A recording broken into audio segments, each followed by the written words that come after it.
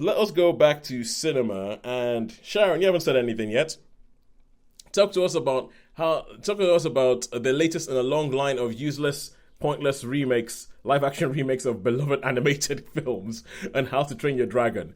Because the first How to Train Your Dragon film is a classic of animation. It's one of those few things that isn't Pixar, isn't Disney, but is just absolutely joyous. And then they're going to remake this in live action. From the trailers, it seems almost like a shot for shot remake. They've brought Gerald Butler back as Stoic the Vast. And they've pretty much taken the Toothless from the animated film and just ported it over because, hey, he was computer generated there. He's computer generated here. Let's just have exactly the same dragon and put him in there.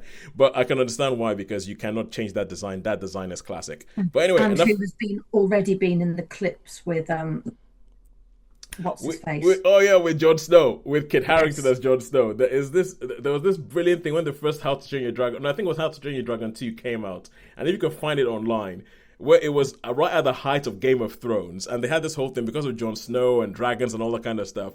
They have this skit with Kit Harington and Toothless just causing absolute havoc, and it is hilarious. It's one of those things that could have been so cringe, but it is hilarious. Find it, Kit Harington meets Toothless. It is genius. But anyway, sorry, enough. Sharon, you talk.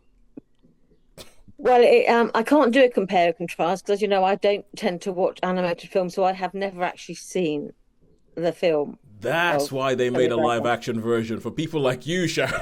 That's Yeah, why. and I haven't read the books either.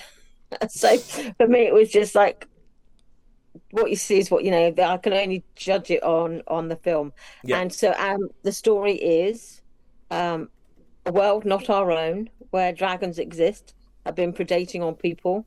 A group of people who have joined forces from around the known world have sent their best people up north to this island where basically the trying to find where the dragons originate so they can fight them together yeah, as a group action. They're sort of living like a Viking existence, um, very much. So, sort of that's the way their life is surrounded by it. And one day on a raid, this youngster who's regarded as being basically useless at everything, yep. um, Hiccup. he's quite likes tinkering and pick up. He likes tinkering things and inventing things. So he invents this machine, and he accidentally basically shoots down this dragon that he goes and finds. And instead of turning into a ruthless dragon killer, he befriends it, and he helps him because he's wounded. Part of his tail's been damaged, so he creates this sort of, maybe MacGyver something, and so he can help this dragon fly again, and he learns how to fly this dragon, Yeah. and which is completely contrary to his culture, which is as dragon fighters.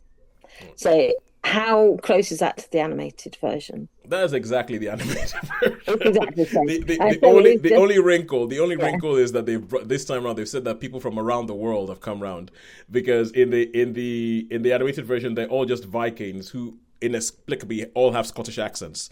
The older in the animated version, all the adults have Scottish accents, all the kids have American accents. They never explain it. But right. Yeah. So they still have Jared Butler as Stoic the Vast.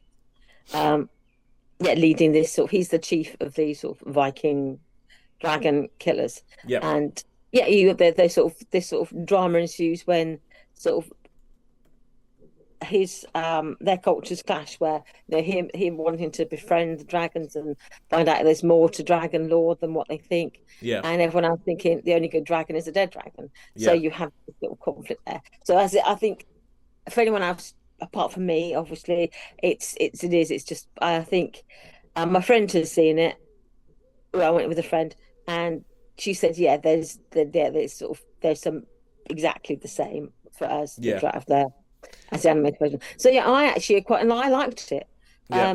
I only have a vague idea. I know what the dragon toothless looked like, and I vaguely sort of know what the little boy looks like. And I think I've seen an image of the Jared Butler's character Stoic. But Yeah. apart from that, I don't know any of the others. Don't know anything about it at all. So it was completely new to me. And so I enjoyed it. I thought they actually rendered the dragons really well, Yeah.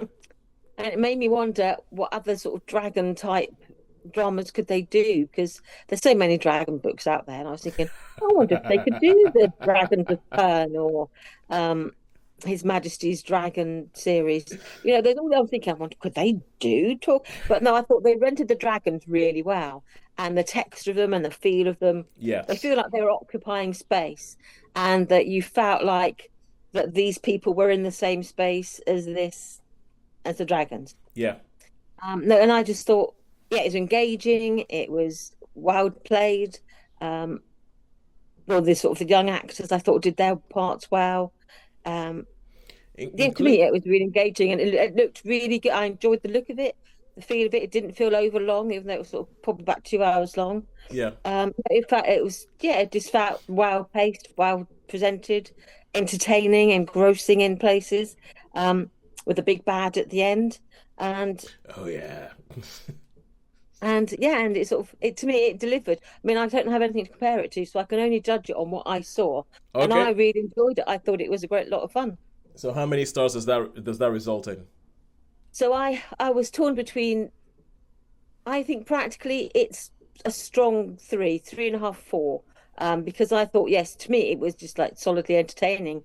The version I went to see, there were all adults there. There were no children in the screening I went to see it for, and Yeah. I think we all came away thinking, "Oh, this is quite good." I didn't hear any grumbles or too many people complaining about it.